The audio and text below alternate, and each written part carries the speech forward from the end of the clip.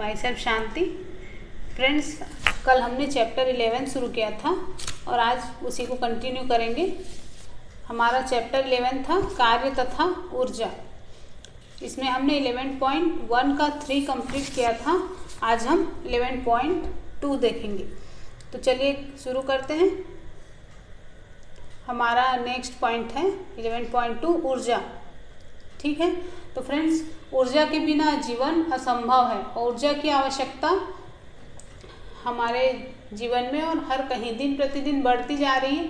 और हमें ऊर्जा कहाँ से प्राप्त होता है? तो सूर्य हमारे लिए ऊर्जा का सबसे बड़ा प्राकृतिक स्रोत है और हमारे ऊर्जा के बहुत से स्रोत सूर्य से ही उत्पन्न होते हैं, है ना। तो हम परमाणुओं के नाभिकों से, पृथ्वी के आंतरिक भागों से और ज्वार भाटों से भी ऊर्जा प्राप्त कर सकते हैं। तो क्या आप ऊर्जा के अन्य स्रोतों के बारे में जानते हो? बता सकते हो मुझे? तो फ्रेंड्स, ऊर्जा के और भी बहुत सारे स्रोत हैं। ठीक है, और ऊर्जा शब्द का प्रयोग प्रायः हमारे दैनिक जीवन में होता रहता है, पर विज्ञान में इसका एक निश्चित और परिशुद्ध अर्थ है। तो आइए हम कुछ उदाहरण देखते हैं। जब तीव्र वेग से गतिशील जो क्रिकेट की गेंद है वो स्थिर विकेटों से टकराती है तो विकेट दूर जा गिरती है। इसी प्रकार जब हम किसी वस्तु को किसी निश्चित ऊंचाई तक उठाते हैं तब उसमें कार्य करने की क्षमता समाहित हो जाती है। और आपने अवश्य ही देखा होगा कि ऊंचाई तक उठाया गया हथौड़ा जब लकड़ी के किसी टुकड़े पर रखी हुई कील पर प्रहार करता है तो वह कील को लकड़ी में ठोक देता है ना। तो हमने बच्चों को खिलौने, जैसे उनके मोटर कार खिलौने होते हैं, उनमें चाबी भरते हुए देखा है और जब वो खिलौना किसी फर्श पर रखा जाता है तो ये गति करने लगता है। उसी तरह जब किसी गुब्बारे में हवा भरकर उसे दबाते हैं तो उसकी आकृति में परिवर्तन होता है। यदि हम गुब्बारे को कम बल लगाकर दबाते हैं तो और बल को हटा लेते हैं तो वो अपनी मूल आकृति में वापस आ जाता है। पर यदि हम गुब्बारे को और अधिक बल से दबाएं तो वो एक विस्फोटक ध्वनि करते हुए फट सकता है। फ्रेंड्स, तो ये जो सभी उदाहरण हैं इसमें वस्तुएं और विभिन्न प्रकार से कार्य करने की क्षमता अर्जित कर लेती हैं। और यदि किसी वस्तु में कार्य करने की क्षमता हो तो कहा जाता है कि इसमें ऊर्जा है। ओके, तो जो वस्तु कार्य करती है उसमें ऊर्जा की हानि होती है और जिस वस्तु पर कार्य किया जाता है उसमें ऊर्जा की वृद्धि होती है।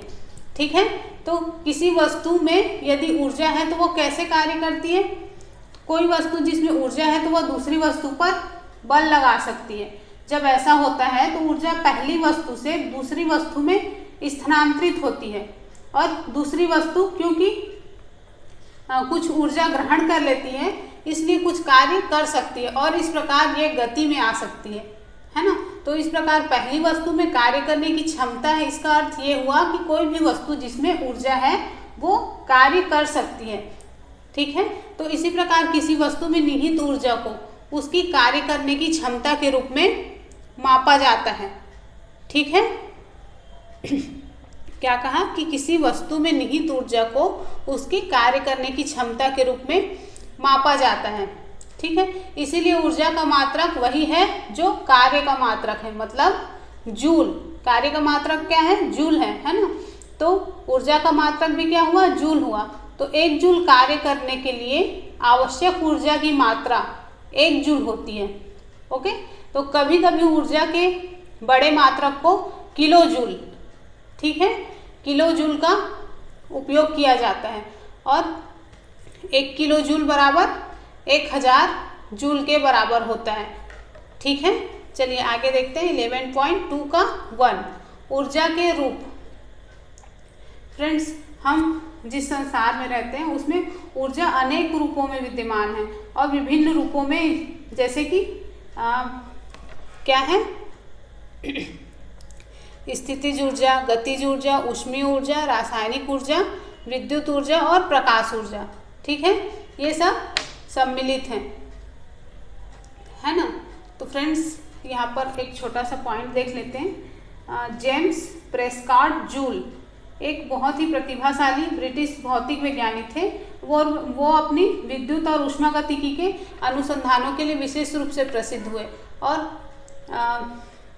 उन्होंने विद्युत के ऊष्मीय प्रभाव के बारे में नियम बताया। उन्होंने ऊर्जा संरक्षण के नियम को प्रयोगात्मक रूप से सत्यापित किया और ऊष्मा के यांत्रिक तुल्यांक मान की खोज की। ऊर्जा और कार्य के मात्रक का नाम जूल है। हमने बार बार पढ़ा है ना, जूल जूल बोलते हैं। तो जूल कैसे पढ़ा? तो इन्हीं के नाम के आधार पर पढ़ा और उन्हीं के सम्मान में रखा गया। क्या नाम था उनका? पूरा नाम क्या था? James Prescott joule. ठीक है, आप लिख लीजिए इसको। इनका जन्म हुआ था 1818 में और मृत्यु हुई थी 1889। ठीक है, तो चलिए आगे अब देखते हैं 11.2 का 2 गतिज ऊर्जा। तो अब गतिज ऊर्जा के बारे में कैसे समझेंगे? तो एक चलती हुई वस्तु कार्य कर सकती है और एक तेज चलती हुई वस्तु अपने सदृश अपेक्षाकृत धीमी चलती हुई वस्तु से अधिक कार्य कर सकती है। मतलब कोई मान लो दो गाड़ी है ना, दो कार हैं, तो दोनों चल रही हैं। तो एक जो है वो ज़्यादा तेज़ी से चल रही है, तो हम कहेंगे कि वो ज़्यादा कार्य कर रही है, अधिक कार्य कर रही है। उसी तरह एक गतिशील गोली या बहती हुई हवा, घूमता हुआ पहिया, एक गतिशील पत्थर, ये सभी कार्य कर सकते हैं। जैसे गोली लक्ष्य को कैसे भेद पाती है, बहती हुई हवा पवन चक्की की पंखुड़ियों को कैसे घुमा पाती है, या फिर गतिशील वस्तुओं में ऊर्जा होती है ना, इसीलिए होता है। कैसे? गतिशील वस्तुओं में ऊर्जा होती है ना, जिसी के कारण पवन चक्की की पंखुड़ियाँ जो हैं घूम पाती हैं। उसी तरह से गिरता हुआ नारियल, गतिशील कार या लुढ़कता हुआ पत्थर, उड़ता हुआ हवाई जहाज, बहता हुआ पानी, बहती हुई हवा, दौड़ता हुआ कोई खिलाड़ी, इन सब में गतिज ऊर्जा विद्यमान है। ओके, या फिर हम ऐसे भी कह सकते हैं कि किसी वस्तु में उसकी गति के कारण निहित ऊर्जा को गतिज ऊर्जा कहते हैं। यहाँ पे लिखा है किसी निश्चित वेग से गतिशील वस्तु को गतिज ऊर्जा उस वस्तु पर इस वेग को प्राप्त करने के लिए किए गए कार्य के बराबर है। तो इसको थोड़ा और डिटेल करते हैं, तब ये समझ में आएगा। मतलब किसी वस्तु में उसकी गति के कारण जो निहित ऊर्जा होती है उसी को गतिज ऊर्जा कहते हैं। और किसी वस्तु की गतिज ऊर्जा उसकी चाल के साथ बढ़ती जाती है ना। जैसे जैसे उसकी गति बढ़ती जाएगी उसकी गतिज ऊर्जा भी बढ़ती जाएगी।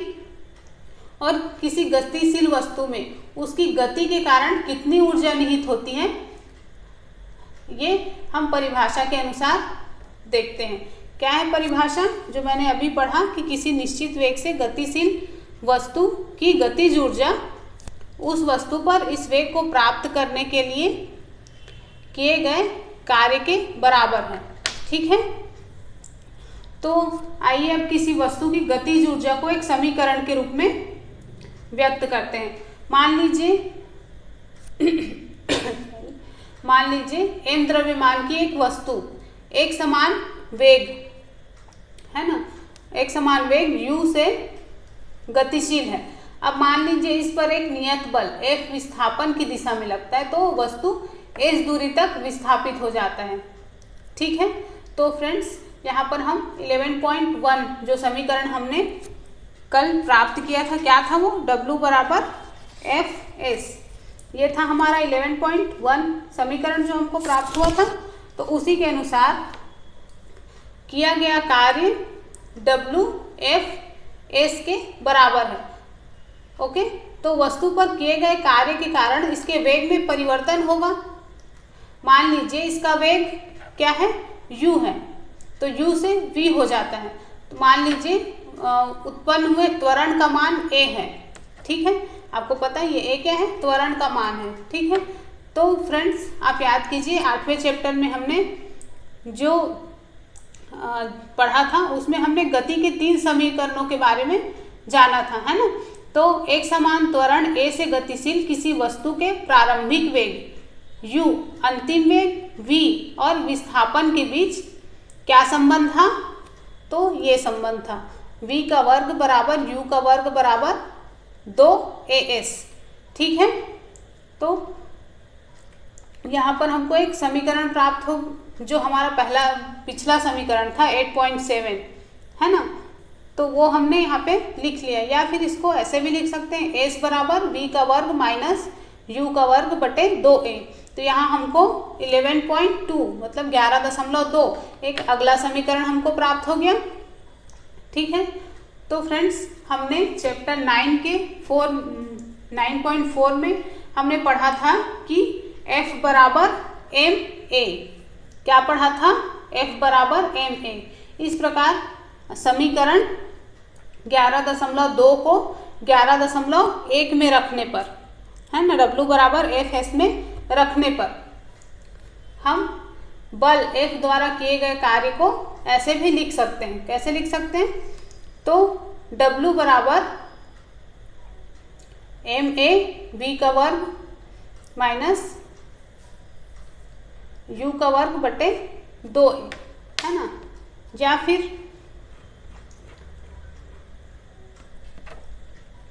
W बराबर 1/2 m v का वर्ग ऋण u का वर्ग। यहाँ पर हमको एक और समीकरण मिल गया 11.3। तो फ्रेंड्स, यदि वस्तु की गति अपनी विराम अवस्था से प्रारंभ होती है, मतलब u बराबर 0 होती है, तब क्या हो सकता है? तो W बराबर 1/2 mv का वर्ग। यहाँ पर हमको 11.4 समीकरण प्राप्त हो गया।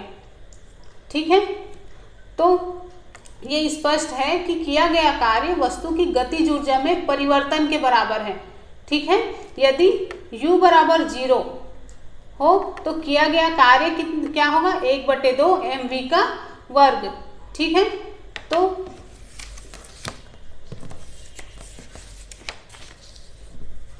इस तरह से m द्रव्यमान की तथा एक समान वेग v से गतिशील वस्तु की गतिज ऊर्जा का मान क्या होगा? तो E k बराबर 1/2 mv का वर्ग। यहाँ पर हमको 11.5 समीकरण मिल गया। ठीक है फ्रेंड्स, यहाँ पर 15 किलोग्राम द्रव्यमान की एक वस्तु 4 मीटर प्रति सेकंड के एक समान वेग से गतिशील है। वस्तु की गतिज ऊर्जा कितनी होगी हमको कैलकुलेट करना है। तो चलिए हल करते हैं। वस्तु का द्रव्यमान m बराबर 15 किलोग्राम, वस्तु का वेग v बराबर 4 मीटर प्रति सेकंड। तो समीकरण 11.5 से देख रहे हैं समीकरण, तो इसके अनुसार E k बराबर 1/2 mv का वर्ग।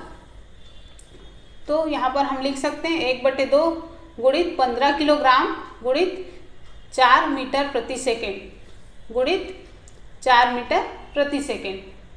ठीक है, तो इसको अगर हम कैलकुलेट करेंगे तो हमको 120 जूल प्राप्त होगा। ठीक है, तो वस्तु की गतिज ऊर्जा कितनी हो जाएगी? 120 जूल। ठीक है फ्रेंड्स, चलिए आगे देखते हैं 11.2 का 3 स्थितिज ऊर्जा।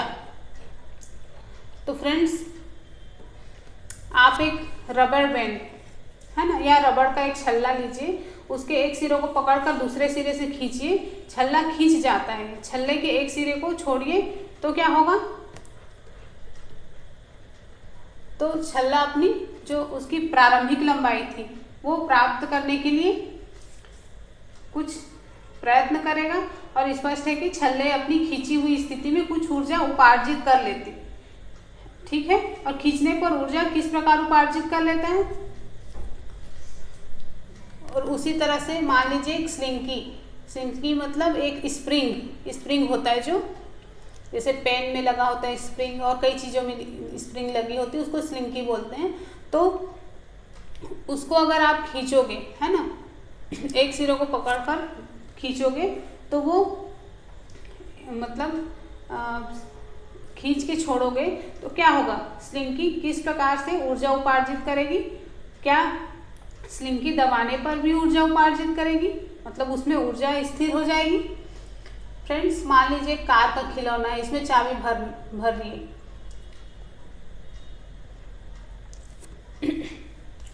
तो उसको चाबी भरने पर अगर हम उसको ज़मीन पर छोड़ देते हैं तो वो कार जो है चलने लगती है।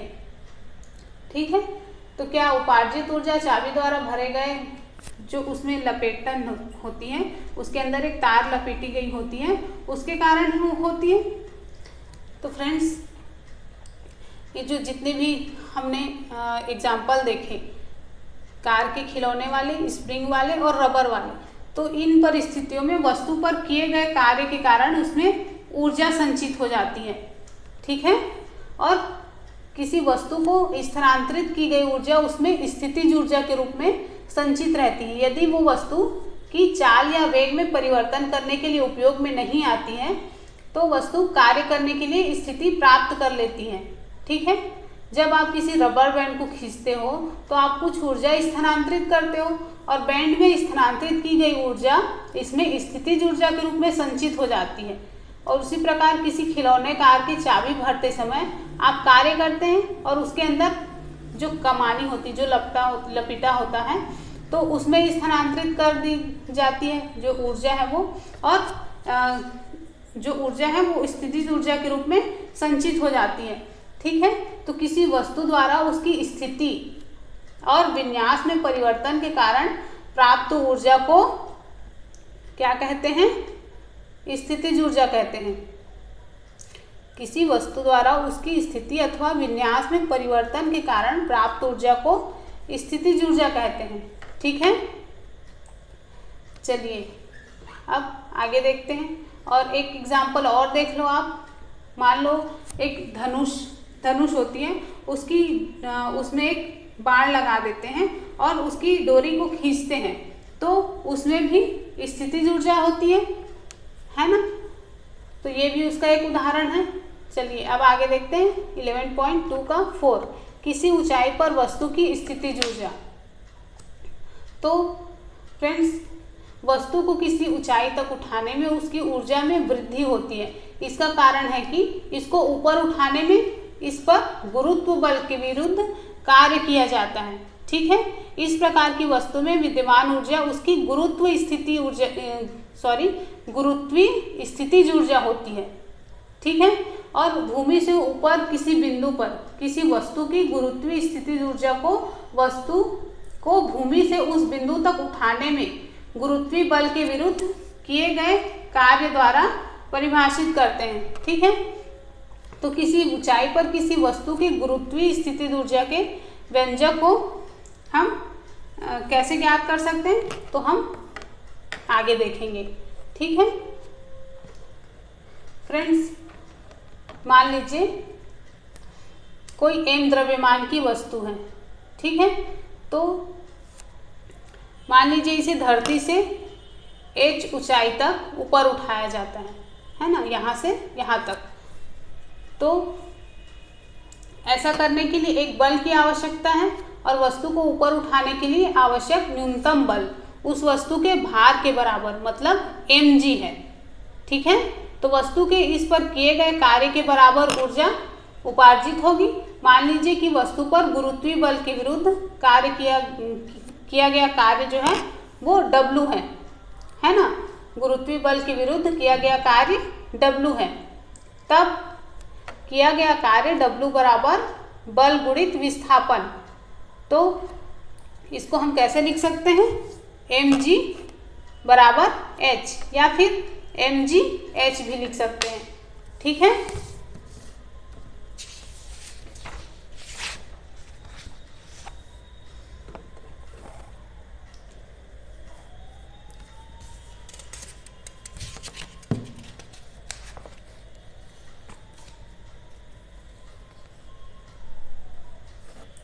क्योंकि वस्तु पर किया गया कार्य mgh के बराबर है, इसलिए वस्तु को mgh इकाई के बराबर ऊर्जा उपार्जित होगी और यह वस्तु की स्थितिज ऊर्जा EP कहलाती है, ठीक है। या EP बराबर mgh।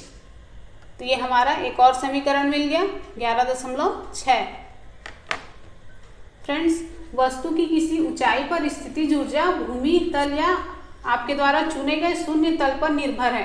किसी वस्तु के लिए दी हुई स्थितिज ऊर्जा के लिए एक तल के सापेक्ष स्थितिज ऊर्जा का कोई विशेष मान हो सकता है और किसी दूसरे तल के सापेक्ष स्थितिज ऊर्जा का कोई दूसरा मान हो सकता है।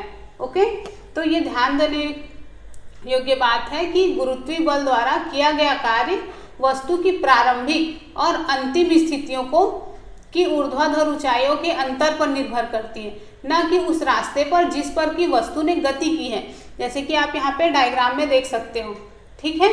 इसमें ऐसी स्थिति दिखाई गई है जहां एक गुटका है ना, स्थिति ए से स्थिति बी तक दो अलग अलग पथों से पहुंचाया गया है। यहाँ पर सीधे पथ से और यहाँ पर इस मुड़े हुए पथ से पहुंचाया गया है। तो मान लीजिए ऊंचाई ए बी बराबर h है, तो दोनों ही स्थितियों में वस्तु पर किया गया कार्य mgh होगा। ठीक है, तो फ्रेंड्स चलिए अब एक एग्जाम्पल फिर से देखते हैं और उसको हल करते हैं। यहाँ पर क्वेश्चन पूरा नहीं लिखा गया है, मैं बोल रही हूँ क्वेश्चन को। 10 किलोग्राम द्रव्यमान की एक वस्तु को धरती से 6 मीटर की ऊंचाई तक ऊपर उठाया गया है।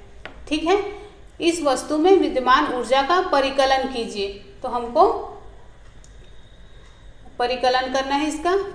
तो G का मान कितना है 9.8 ms2 मतलब 9.8 मीटर सेकेंड का वर्ग। ठीक है, चलिए हल देखते हैं इसका। वस्तु का द्रव्यमान m बराबर 10 किलोग्राम, विस्थापन मतलब ऊंचाई में उसको ऊपर उठाया जा रहा है ना, इसलिए h, तो ये कितना है 6 मीटर। गुरुत्वीय G बराबर 9.8 मीटर सेकेंड का प्रति सेकेंड का वर्ग। तो फ्रेंड्स समीकरण 11.6 से स्थितिज ऊर्जा बराबर mgh। तो यहाँ पर क्या होगा 10 किलोग्राम गुणित 9.8 मीटर सेकेंड प्रति सेकेंड का वर्ग गुणित 6 मीटर। तो इसको अगर हम कैलकुलेट करें तो 588 जूल हमको प्राप्त हो जाएगा और यही क्या होगी स्थितिज ऊर्जा होगी। ठीक है, तो स्थितिज ऊर्जा कितनी होगी 588 जूल। ओके, चलिए अब आगे देखते हैं।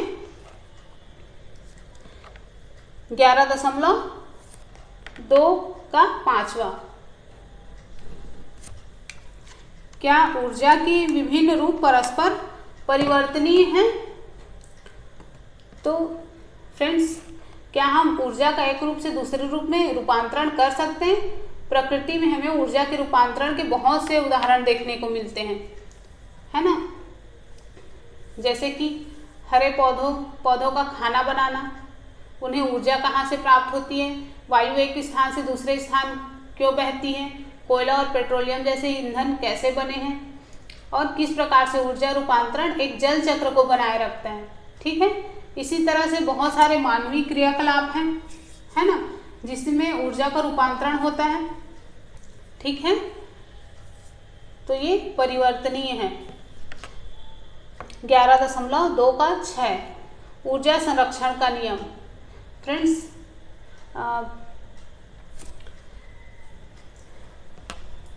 हम जानते हैं, जो हमने पिछले कुछ जो भी हमने पढ़ा अभी उसमें हमने सीखा है कि ऊर्जा एक रूप से दूसरे रूप में परिवर्तित हो सकती है। जैसे कि मैंने अभी एग्जाम्पल बताया आपको। तो इस प्रक्रिया में निकाय की कुल ऊर्जा का क्या हुआ? ऊर्जा रूपांतरण की अवस्था में निकाय की कुल ऊर्जा अपरिवर्तित रहती है। ओके, और ऊर्जा, ये जो ऊर्जा संरक्षण के नियम हैं उसके अनुसार ऊर्जा केवल एक रूप से दूसरे रूप में रूपांतरित हो सकती है, न तो इसकी उत्पत्ति की जा सकती है और न ही विनाश। ठीक है, रूपांतरण के पहले और रूपांतरण के बाद कुल ऊर्जा हमेशा अचर रहती है। ठीक है, क्या रहती है? अचर रहती है। ऊर्जा संरक्षण का नियम प्रत्येक स्थिति और सभी प्रकार के रूपांतरणों में मान्य है। ठीक है, मान लीजिए m द्रव्यमान की एक वस्तु h ऊंचाई से स्वतंत्रता पूर्वक गिराई जाती है। ठीक है, तो प्रारंभ में स्थितिज ऊर्जा क्या होगी? mgh होगी और गतिज ऊर्जा शून्य होगी। तो गतिज ऊर्जा शून्य क्यों है? यह शून्य है क्योंकि इसका प्रारंभिक वेग भी शून्य है। तो इस प्रकार वस्तु की कुल ऊर्जा mgh है। जब ये वस्तु गिरती है तो इसकी स्थितिज ऊर्जा गतिज ऊर्जा में परिवर्तित हो जाती है, और यदि दिए हुए क्षण पर वस्तु का वेग v है तो गतिज ऊर्जा mv का वर्ग होगा। ठीक है, तो वस्तु जैसे जैसे नीचे गिरती है इसकी स्थितिज ऊर्जा कम होती जाती है और गतिज ऊर्जा बढ़ती जाती है। जब वस्तु धरती पर पहुंचने वाली होती है तो h बराबर 0 होता है और इस अवस्था में वस्तु का अंतिम वेग भी अधिकतम हो जाता है। इसलिए अब गतिज ऊर्जा अधिकतम और स्थितिज ऊर्जा न्यूनतम होगी। फिर सभी बिंदुओं पर वस्तु की स्थितिज ऊर्जा और गतिज ऊर्जा का योग समान रहता है, मतलब स्थितिज ऊर्जा धन गतिज ऊर्जा बराबर अचर। ठीक है, या फिर इसको हम कैसे लिख सकते हैं, तो mgh प्लस mgh धन 1/2 mv का वर्ग बराबर अचर। यहाँ पर हमारा एक और समीकरण मिल गया 11.7। ठीक है, तो किसी वस्तु की गतिज ऊर्जा और स्थितिज ऊर्जा का योग यांत्रिक ऊर्जा कहलाता है। ठीक है, यांत्रिक ऊर्जा होता है।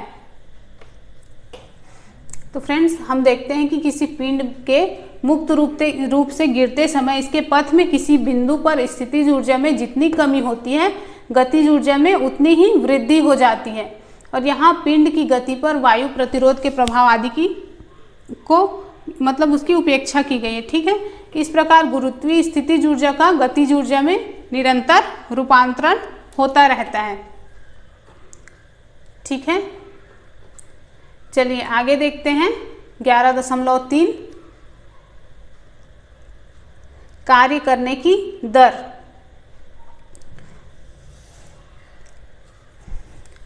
तो फ्रेंड्स, क्या हम सब एक ही दर से कार्य करते हैं? क्या मशीनें ऊर्जा का उपयोग और रूपांतरण समान दर से करती हैं? कोई अभिकर्ता या एजेंट जो ऊर्जा रूपांतरण करते हैं विभिन्न दरों से कार्य करते हैं। तो चलिए इसको हम कोई एग्जाम्पल लेके देखते हैं। ठीक है, तो एक शक्तिशाली व्यक्ति किसी दिए हुए कार्य को अपेक्षाकृत कम समय में पूरा कर सकता है और अधिक शक्तिशाली वाहन या कम शक्तिशाली वाहन की अपेक्षा में हमें किसी यात्रा को कम समय में पूरा करा सकता है।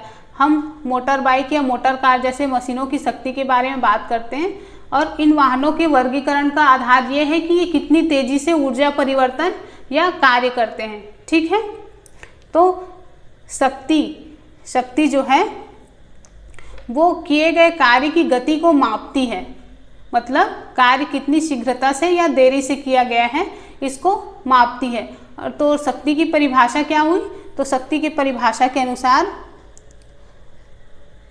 कार्य करने की दर या ऊर्जा रूपांतरण की दर को शक्ति कहते हैं।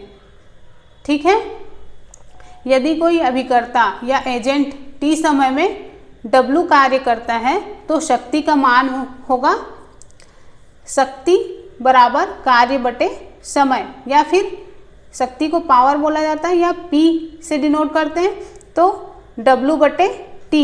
तो यहाँ पर हमारा एक और समीकरण हमको प्राप्त हो गया 11.8। ठीक है फ्रेंड्स, तो शक्ति का मात्रक क्या है? शक्ति का मात्रक वाट है और इसका प्रतीक W है। ओके, तो 1 वाट बराबर 1 जूल प्रति सेकेंड, या फिर 1 W बराबर 1 जूल प्रति सेकेंड।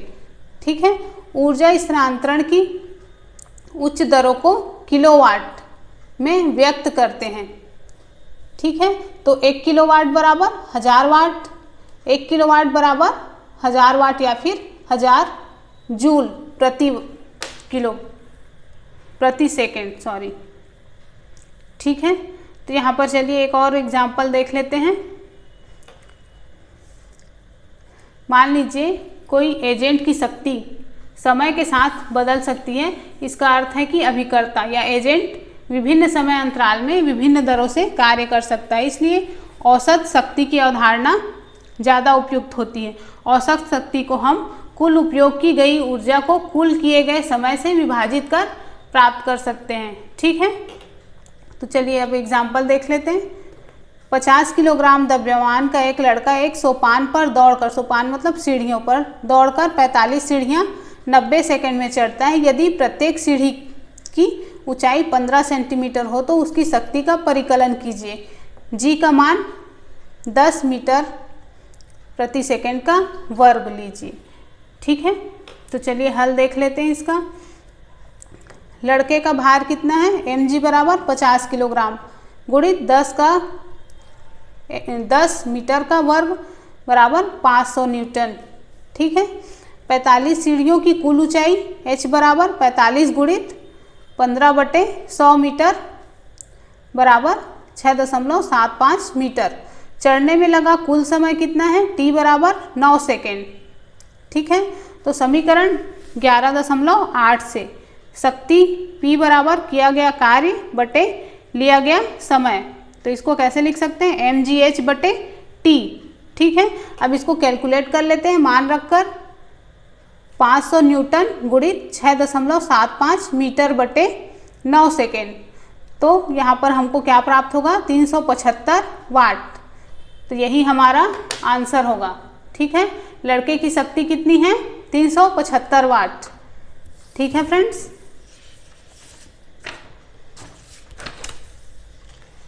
चलिए अब आगे देखते हैं 11.3 का 1, ऊर्जा का व्यावसायिक मात्रक।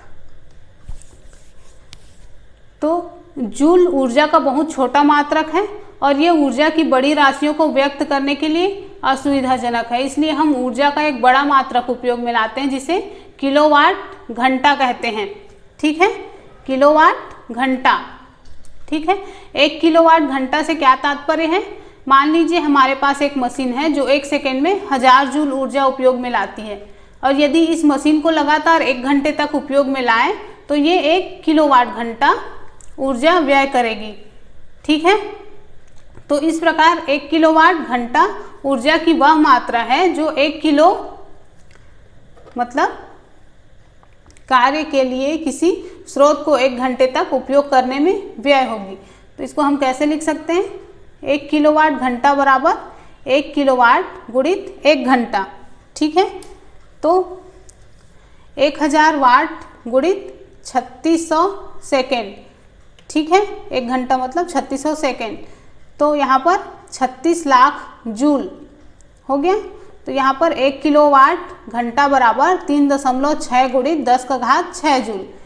ठीक है। चलिए इसको एक एग्जाम्पल से देखते हैं। फ्रेंड्स, घरों में और उद्योगों में और कई व्यावसायिक जो संस्थान हैं उनमें व्यय होने वाली ऊर्जा को प्रायः किलोवाट घंटा में ही व्यक्त किया जाता है। जैसे कि 1 महीने में उपयोग की गई विद्युत ऊर्जा को यूनिट के रूप में व्यक्त करते हैं, और यहाँ पर 1 यूनिट का अर्थ है 1 किलोवाट घंटा। ठीक है। चलिए एक एग्जाम्पल देख लेते हैं, ये लास्ट ही है। तो 60 वाट का एक विद्युत बल्ब प्रतिदिन 6 घंटे उपयोग किया जाता है। बल्ब द्वारा एक दिन में खर्च की गई ऊर्जा को ऊर्जा की यूनिट का परिकलन कीजिए। ठीक है। तो फ्रेंड्स, विद्युत बल्ब की शक्ति कितनी है, 60 वाट मतलब 0.06 किलोवाट। ओके। तो उपयोग किया गया समय t बराबर 6 घंटा। तो यहाँ पर ऊर्जा बराबर शक्ति गुणित लिया गया समय मतलब P बराबर W इंटू T। ठीक है। तो यहाँ पर हम मान रख देंगे 0.06 किलोवाट गुणित 6 घंटा, है ना, बराबर 0.36 किलोवाट घंटा। तो कैलकुलेट करने पर हमको यहाँ पर क्या मिला, 0.36 यूनिट। तो बल्ब द्वारा 0.36 यूनिट खर्च किया गया। ठीक है फ्रेंड्स, यहाँ पर हमारा ये चैप्टर ख़त्म हो गया। अब हम कल से चैप्टर 12 देखेंगे। फ्रेंड्स, अगर वीडियो आपको पसंद आता है तो प्लीज़ लाइक, शेयर और कमेंट किया कीजिए, क्योंकि लोग ना ही लाइक करते हैं और ना ही शेयर करते हैं। कमेंट तो करते हैं जो उनके मन में आता है वो, पर लाइक और शेयर बहुत कम करते हैं, है ना। फ्रेंड्स, हमारा एक नया चैनल रूरल एकेडमी जो है, जिस पर मयंक सर आपको डेली के करंट अफेयर्स देते हैं, तो वहाँ पर जाइए और करंट अफेयर्स से अपडेट रहिए। ठीक है फ्रेंड्स, नए चैनल को भी सब्सक्राइब करिए और अन्य लोगों तक पहुँचाइए ताकि उन्हें भी फ़ायदा हो और आपको भी फ़ायदा हो। ठीक है फ्रेंड्स, तो मिलते हैं नेक्स्ट वीडियो में। Bye bye.